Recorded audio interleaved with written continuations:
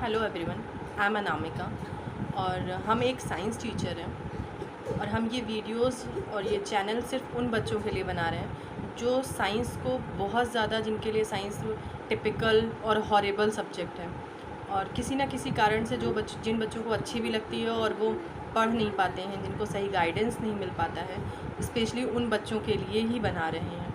और आज हम लोग first chapter, first topic human liquid which is known as blood, उसके बारे में पढ़ेंगे। ठीक है, और भी जो सब्जेक्ट या जो टॉपिक आप लोगों को दिक्कत दे या ना समझ में आए वो कोशिश करिएगा हमें बताने की, और हम भी कोशिश करेंगे जल्दी से जल्दी उनको ईजीएस्ट वे में आपको समझाने की।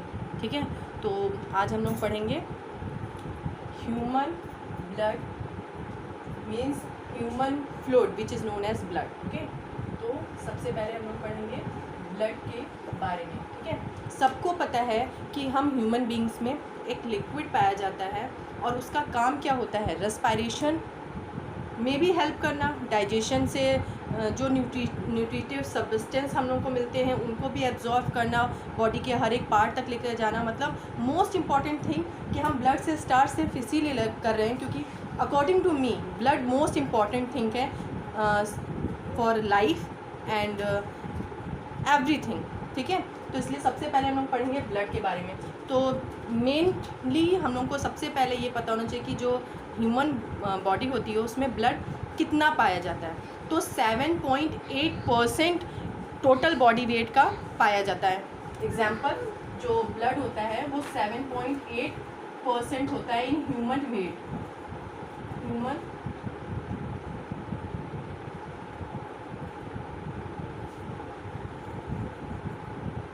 वेट।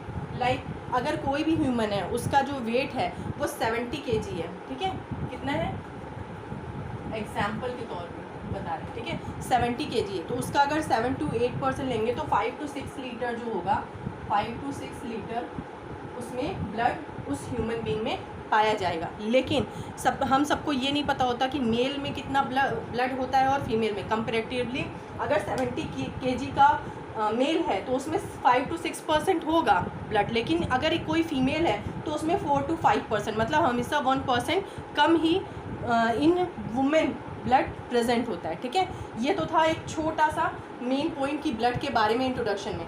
ठीक है, main important function of blood क्या होता है, transportation of O2, transportation of nutritive substance and separation of useful and unuseful things. ठीक है, like wastage of body, urine, sewage etcetera. ठीक है, तो ये सब हमारी ब्लड के ही थ्रू ट्रांसपोर्ट होता है, बिकॉज हम लोग नोज से ऑक्सीजन लेते हैं लेकिन ऑक्सीजन हमारी बॉडी के हर एक पार्ट तक ट्रांसफ़र होता है। किसके द्वारा होता है, लंग्स के द्वारा नहीं।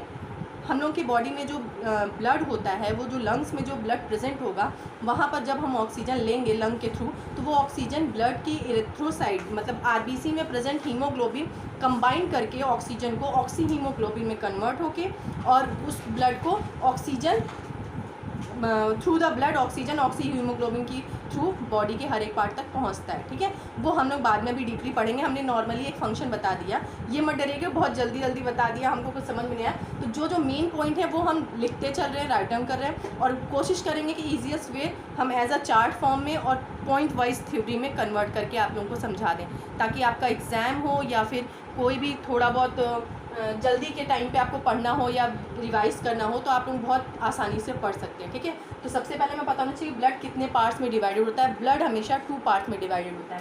प्लाज्मा फर्स्ट है, प्लाज्मा एंड सेकंड है कार्पस्कल्स। ठीक है, फर्स्ट है प्लाज्मा, दूसरा है कार्पस्कल्स। क्लियर। अब प्लाज्मा जो होता है वो हमारे ब्लड का 55% होता है। कितना होता है, 55%। एंड कॉर्पस्कल्स ये होते हैं हमारे 45%। ठीक है, कितना होता है, 45%। अभी अगर हम लोग देखेंगे कि प्लाज्मा में क्या क्या पाया जाता है या प्लाज्मा कितने पार्ट्स में डिवाइडेड होता है, तो वो 6 से 7 पॉइंट्स में है। लेकिन मोस्ट इम्पॉर्टेंट कि हमारा जो फ्लूइड है, लिक्विड है, वो किससे बनेगा, एज यूजुअल वाटर से, ठीक है। तो इसमें फर्स्ट थिंग क्या होगा, वाटर, H2O, किसमें, प्लाज्मा में। दूसरी चीज़ क्या होती है प्लाज्मा में पाई जाती है, मोस्ट इंपॉर्टेंट इलेक्ट्रोलाइट्स, ठीक है। क्या पाए जाते हैं, electrolytes, which is known as Na+Cl- etcetera, मतलब सोडियम, पोटेशियम, क्लोराइड, ये पॉइंट्स होते हैं, ठीक है। वाटर एंड इलेक्ट्रोलाइट्स, ये तो 2 पॉइंट्स है। देन थर्ड है बायोमोलिक्यूल्स,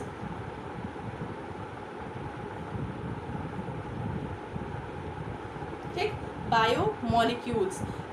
फोर्थ पॉइंट में आएंगे तो प्लाज्मा प्रोटीन,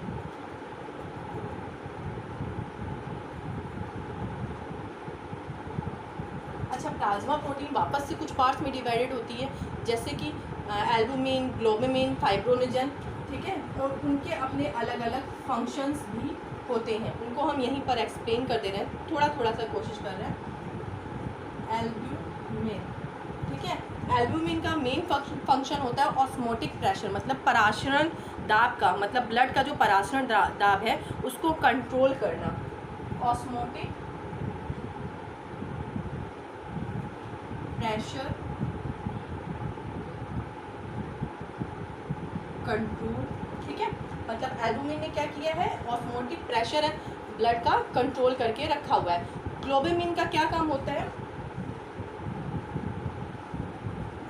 ग्लोबुलिन का काम होता है मेनली, इसका जो काम है वो immuno system, like immune system, immunoglobulin बनाता है, ठीक है। इसको ये भी बोल सकते हैं कंट्रोलिंग ऑफ इम्यून सिस्टम,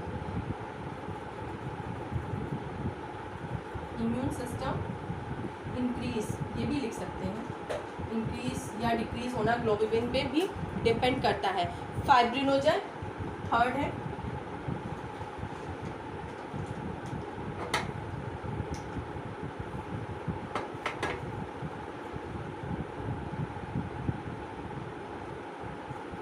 फाइब्रोनिजन, इसका काम होता है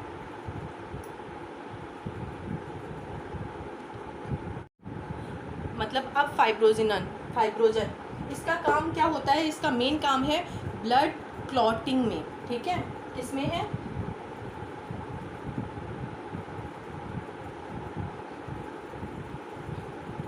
ब्लड क्लॉटिंग मीन्स क्या होता है, जैसे हम लोगों को चोट लगती है, ठीक है, और खून बहने लगता है, मीन्स एक छोटी सी फुड़िया हुई या फिर मॉस्किटो ने बाइट ही किया, ठीक है, या सेप्टिक पिन ही हम लोगों को चुभ गई या सुई चुभ गई तो ब्लड क्लॉटिंग स्टार्ट हो जाती है, सॉरी ब्लड बहने लगता है। तो वो ब्लड बहता ही रहे अगर क्या ना हो, प्लाज्मा में प्रेजेंट फाइब्रिनोजन ना हो, ठीक है, क्योंकि इसी का काम होता है ब्लड क्लॉटिंग में हेल्प करना, क्योंकि थोड़ी देर बाद वहाँ पर एक छोटा सा सर्कल जैसा उभरा सा बन जाता है स्किन से आउटर उठ करके और ब्लड क्लॉट हो जाता है, रुक जाता है बहना, ठीक है। वो इसी प्रोटीन की वजह से होता है। ये तो हमारे 4 पॉइंट थे। एंड फिफ्थ पॉइंट है ऑर्गेनिक कंपाउंड, जो कि प्लाज्मा में ही प्रेजेंट होता है, ठीक है। क्या होता है, organic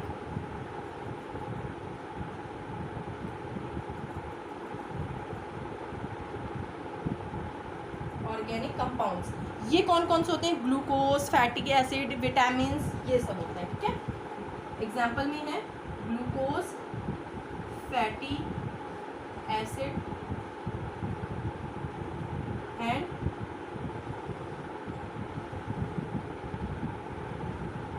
glucose, fatty acid and vitamin, ठीक। अब आते हैं, ये तो बात था हमारा प्लाज्मा 55% जो कि ब्लड का होता है उसके बारे में, कि उसमें क्या क्या चीज़ें पाई जाती हैं। तो फिर से रिवीजन एक बार देख लेते हैं, water, electrolyte, biomolecules, plasma protein and organic compound.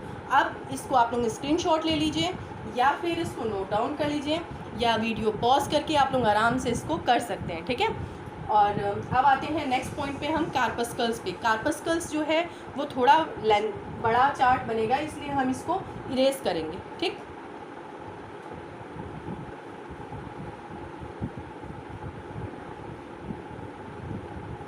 जो ब्लड कार्पस्कल्स होती हैं वो 3 पार्ट्स में डिवाइडेड होती हैं, RBC, WBC और प्लेटलेट्स। क्या होती हैं 3 पार्ट्स, कौन कौन से होते हैं,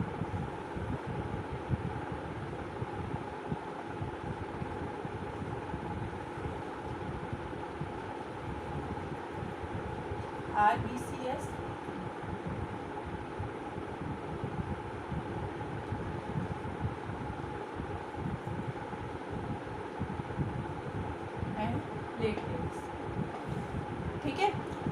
RBC means red blood cells, WBC white blood cells and platelets एक तरीके से हम लोग के वॉरियर्स होती हैं। मीन्स जितनी भी हम लोग को बैक्टीरिया वायरल जितने भी इन्फेक्शन होते हैं एक्सटर्नल या इंटरनल जो इंक्रीज़ हो जाते हैं उनको कंट्रोल करना या उससे प्रोटेक्शन करना या एंटीबायोटिक डेवलप करना, एंटीबॉडीज़, ये प्लेटलेट्स का एज अ वॉरियर हम लोग के बॉडी में वर्क करती हैं। इनका मेन फंक्शन क्या होता है? इनका भी मेन फंक्शन थ्रोम्बस फॉर्मेशन है, लाइक ब्लड क्लॉटिंग।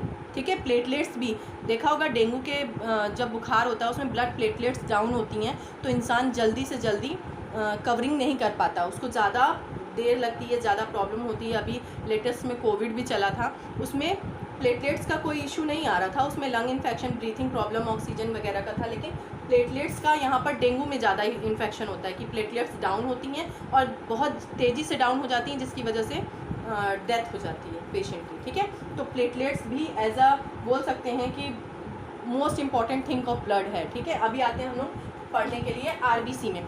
RBC जो होता है, इसका जो लाइफ साइकिल होता है वो 120 डेज़ का होता है in human beings, 120 days. Is it clear? तो जो RBC है इसका जो लाइफ साइकिल है, मतलब एक RBC बनेगा और 120 दिन में वो अपने आप ही डिस्ट्रॉय होकर फिनिश हो जाएगा, फिर वापस से न्यू RBC डेवलप होगा और फिर वो अपना फंक्शन फॉर्म आउट करेगा। लेकिन RBC में मोस्ट इम्पॉर्टेंट थिंग एक पिगमेंट पाया जाता है जिसको हम लोग बोलते हैं रेस्पिरेटरी पिगमेंट, जिसकी वजह से, और ये रेस्पिरेटरी पिगमेंट चूँकि ब्लड हम ये ह्यूमंस के लिए पढ़ा रहे हैं, ठीक है, मतलब मैमल्स के लिए पढ़ा रहे हैं, मैमल्स में ही ह्यूमंस आते हैं, डॉग आते हैं, कैट आते हैं, ठीक है, इन सब के ब्लड के बारे में हम लोग पढ़ रहे हैं। तो RBC का जो RBC होते हैं इनमें रेस्पिरेटरी पिगमेंट क्या होता है? हीमोग्लोबिन। कहाँ पाया जाता है? मतलब वो RBC में ही पाया जाता है। क्या है ये? हीमोग्लोबिन। इसका क्या काम होता है? इसका मेन फंक्शन होता है कि ऑक्सीजन को कैरी आउट करना, बाइंडिंग ऑफ ऑक्सीजन, ये सब कुछ कौन करेगा? हीमोग्लोबिन। तो हीमोग्लोबिन को क्या कहते हैं? Respiratory pigment. हिंदी में बोले तो इसको बोल सकते हैं श्वसन रंजक, जिसकी वजह से ही RBC जो है वो प्योर रेड की होती है। मतलब इसको बोल सकते हैं RBC का जो फाइन रेड कलर होता है वो हीमोग्लोबिन की वजह से होता है। ये कैसे वर्क करता है? इसमें 2 alpha plus 2 beta globin present होते हैं, किसमें? हीमोग्लोबिन में। ठीक है, अब हीमोग्लोबिन बाइंड कैसे करता है? मान लिया हमने through the nose oxygen carry किया, मतलब लिया, तो वो कहाँ जाएगा? HB मीन्स हीमोग्लोबिन से वो बाइंड होगा और क्या बनाएगा? Oxy haemoglobin.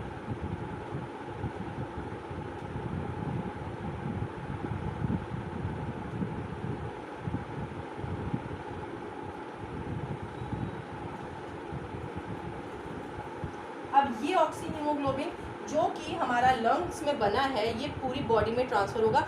ये हम लोग ब्लड सर्कुलेशन जब हम लोग पूरा पढ़ेंगे आगे, जब सर्कुलेशन में पढ़ेंगे हार्ट वगैरह, उसमें ऑक्सी हीमोग्लोबिन और डीऑक्सी हीमोग्लोबिन HbO2, इसका फॉर्मूला होता है HbO2। ठीक है, तो इसके बारे में, और HbCO2 मतलब जो डीऑक्सीजनेटेड ब्लड होता है वो हार्ट में कैसे जाता है, लंग में कैसे प्योर होता है, ये पूरा प्रोसेस हम लोग वहाँ पर पढ़ेंगे। अभी हम लोग के लिए ब्लड में ही अभी हम लोग पढ़ेंगे कि ब्लड में जो हमारी ये RBC है इसमें हीमोग्लोबिन पाया जाता है, और ये हीमोग्लोबिन का जो मेन काम होता है, ये इरेथ्रोसाइट्स RBC का, ये किस में कितने % पाई जाती है, ये भी बहुत इंपॉर्टेंट है। सबसे ज़्यादा जो है वो एम्ब्रियो में पाया जाता है RBC। किस में पाया जाता है? एम्ब्रियो। ठीक है, हाई क्वांटिटी में। फिर उसके बाद आते हैं चाइल्ड्स में,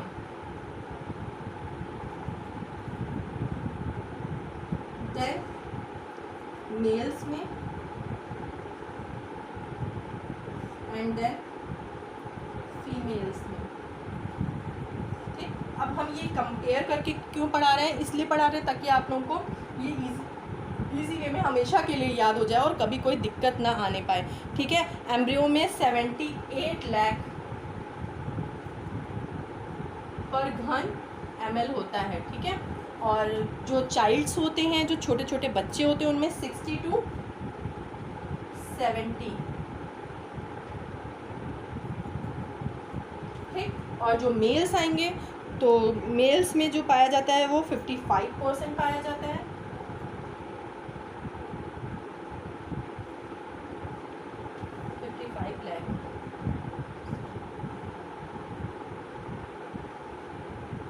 एंड फीमेल में आएंगे तो 45 to 50, इनकी क्वांटिटी इतनी होती है। तो ये मोस्ट इम्पॉर्टेंट है, लर्निंग के लिए है, इसलिए इसको हमने यहाँ पर लिख दिया। आप लोगों को इसमें थ्योरी की ज़रूरत नहीं पड़ेगी अगर आप लोग इसी प्रोसेस से पढ़ते चलेंगे और याद करते चलेंगे, ठीक है। अब आप इसका स्क्रीनशॉट भी ले सकते हैं या फिर नोट डाउन कर सकते हैं, वीडियो पॉज करके इसको लिख सकते हैं। देन हम लोग WBC क्लियर करेंगे। WBC को हम लोग ल्यूकोसाइट्स भी बोलते हैं,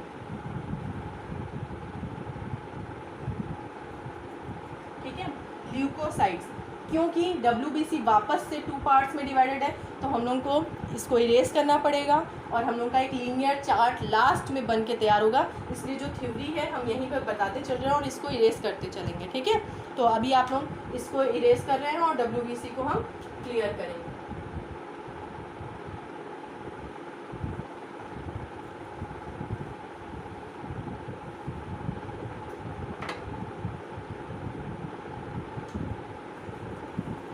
मतलब ल्यूकोसाइट्स 2 पार्ट्स में डिवाइडेड होती हैं।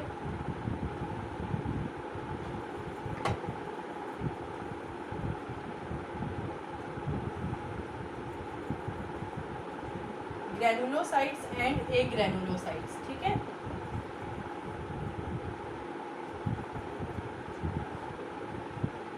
Granulocytes and एग्रैनुलो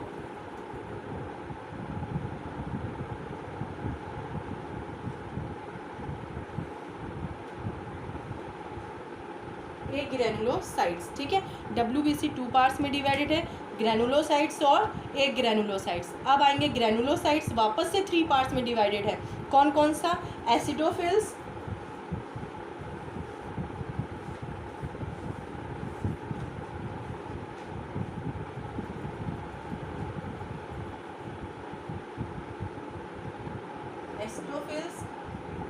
basophils and neutrophils,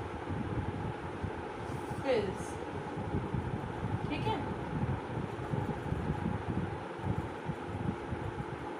acidophils, basophils and neutrophils. Acidophils means, देखो इनका जो नेमिंग है बच्चा लोग, इसका जो नेमिंग होता है वो स्टेन के फॉर्म पर होता है, स्टेन बेस्ड पे होता है। जैसे कि हम लोग केमिस्ट्री में पढ़ते हैं कि एसिडिक नेचर है, बेसिक नेचर है, किस पर डिपेंड करता है, उनके स्टेनिंग पर है। पीएच वैल्यू उनकी जो ऑरेंज कलर या फिर रेड कलर 7 से ज़्यादा पीएच है या कम है। तो यहाँ पर भी जो आरबीसी की टेस्टिंग होती है वो एसिडोफिल्स, बेसोफिल्स एंड न्यूट्रोफिल्स की अकॉर्डिंग टू देयर स्ट्रेन इनका नाम रखा गया है। एसिडोफिल्स मतलब ये नेचर कैसा होता है, इन एसिडिक नेचर।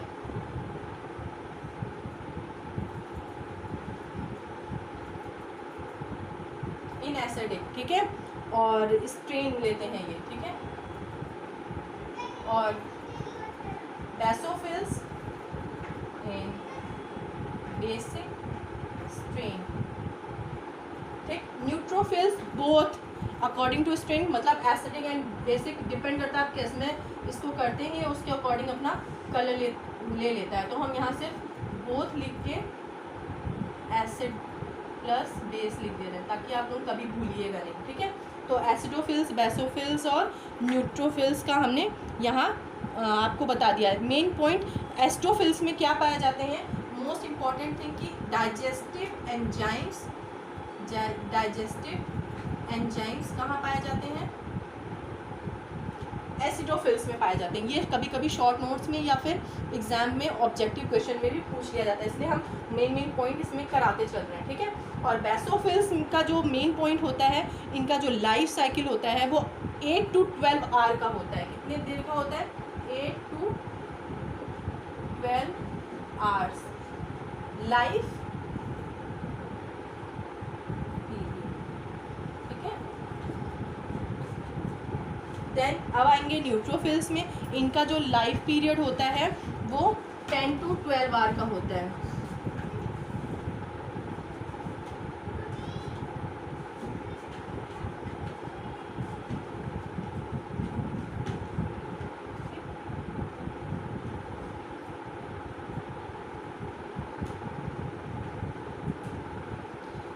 अब बात करेंगे ए ग्रैनुलोसाइट्स की। ए ग्रैनुलोसाइट्स जो होते हैं वो 2 पार्ट्स में डिवाइडेड होते हैं, lymphocytes and monocytes.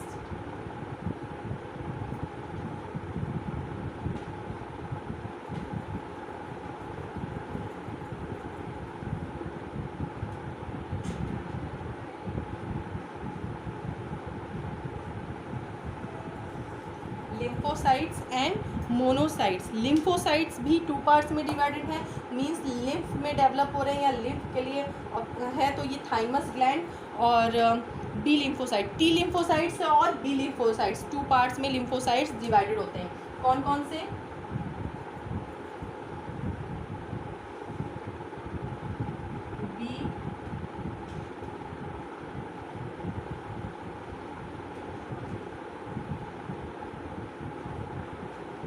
B lymphocytes and T lymphocytes.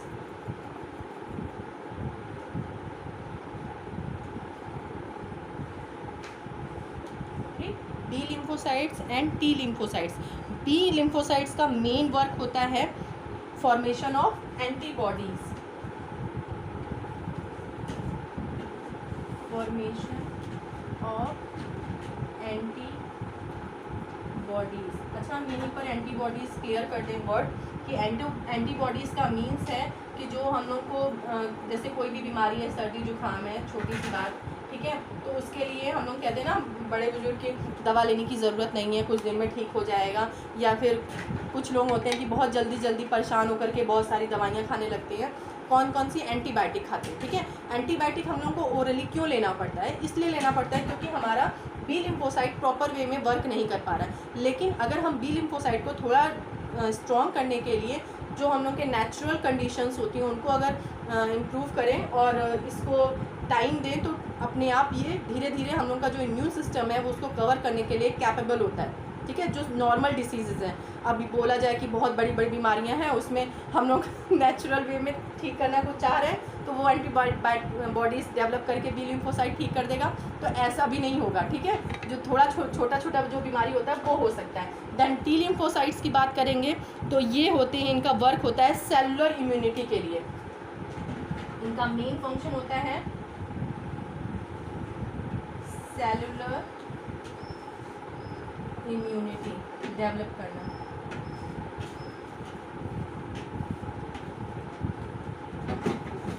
ठीक है, और यहाँ पर एंटीबॉडी से मीन्स इंटरनल स्ट्रक्चर, मतलब ब्लड में अंदर के साइड में एंटीबॉडी डेवलप करके अंदर जो एंटर कर चुके हैं बैक्टीरिया या वायरस, उनसे प्रोटेक्शन बी लिम्फोसाइट करता है। लेकिन टी लिम्फोसाइट जो हमारी सेल्स आउटर लेयर या फिर मतलब चोट लग गया, अंदर बैक्टीरिया वायरस का इन्फेक्शन है, जैसे नहीं इन्फ्लामेशन हो जाता है, स्किन पहली हट जाए दूसरी हट जाए, तो उसके बाद में क्या होता है कि उसमें इन्फेक्शन हो जाता है। चोट इतनी जरी सी जगह में होता है लेकिन हम लोग को रेडनेस इतनी जगह में दिखाई देने लगता है, अंदर अंदर इन्फ्लामेशन होने लगता है। वो कंडीशन क्या होती है? टी लिम्फोसाइट्स प्रॉपर वे में वर्क नहीं कर पाता, तो फिर हम लोग को वहाँ पर दवाइयाँ और ये सब लगा के डिटॉल वगैरह से वॉश आउट करके उनको प्रॉपर वे में रखना पड़ता है। और फिर धीरे धीरे टी लिम्फोसाइट्स उसको अपने आप अपनी कंडीशन में कवर करके वो जगह जो इतनी लाल होती है वो धीरे धीरे कम होते होते अपने आप ठीक होने लगती है। क्योंकि जो भी हम लोग मेडिसिन ले रहे हैं ओरली और एक्सटर्नली, वो सारी टी लिम्फोसाइट्स के ही वर्क को इम्प्रूव करने के लिए हेल्प करती हैं, ठीक है। तो ये बात थी हमारी T lymphocytes and B lymphocytes की।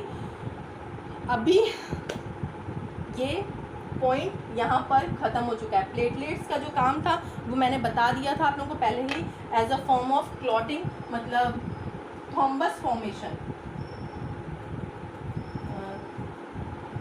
Blood clotting.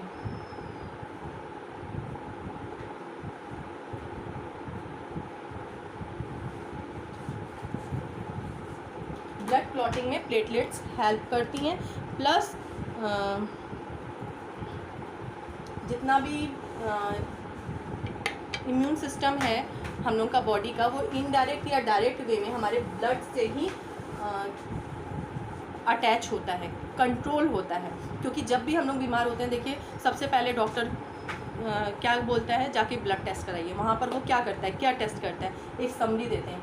वो प्लाज्मा में प्रेजेंट जितने भी चीज़ें थी, जैसे हमने आपको 5 चीज़ें बताई थी, कौन कौन सी बताई थी? वाटर बताया था, बायो मॉलिक्यूल्स बताए थे, प्लाज्मा प्रोटीन बताया था, ठीक है, जितनी भी चीज़ें बताई थी, प्लस कार्पस्कल्स में आरबीसी की क्वांटिटी कितनी है, कितने ml बचा है, कितना कम हो गया है, डब्ल्यूबीसी कितना है, कितना इफेक्टेड हुआ है, प्लेटलेट्स कितनी कम हुई हैं, कितनी ज़्यादा हुई हैं, ये सब टेस्टिंग के थ्रू पता करते हैं। तो मोस्ट इम्पॉर्टेंट थिंग है हम ह्यूमन बॉडीज़ में पढ़ने के लिए या जानने के लिए, जितनी भी हम लोग साइंस पढ़ेंगे उसमें ये पता होना चाहिए नेचुरली कि ब्लड में कितने पार्ट्स होते हैं हम लोग के बॉडी फ्लूइड में, और वो कितने तरह से हम लोगों को प्रोटेक्शन और कवरिंग देता है, उसका क्या क्या काम होता है। ठीक, तो अभी जो हमने आप लोगों को पढ़ाया है उसको आप लोग धीरे से स्क्रीनशॉट लीजिए और उसको नोट डाउन भी कर लीजिएगा।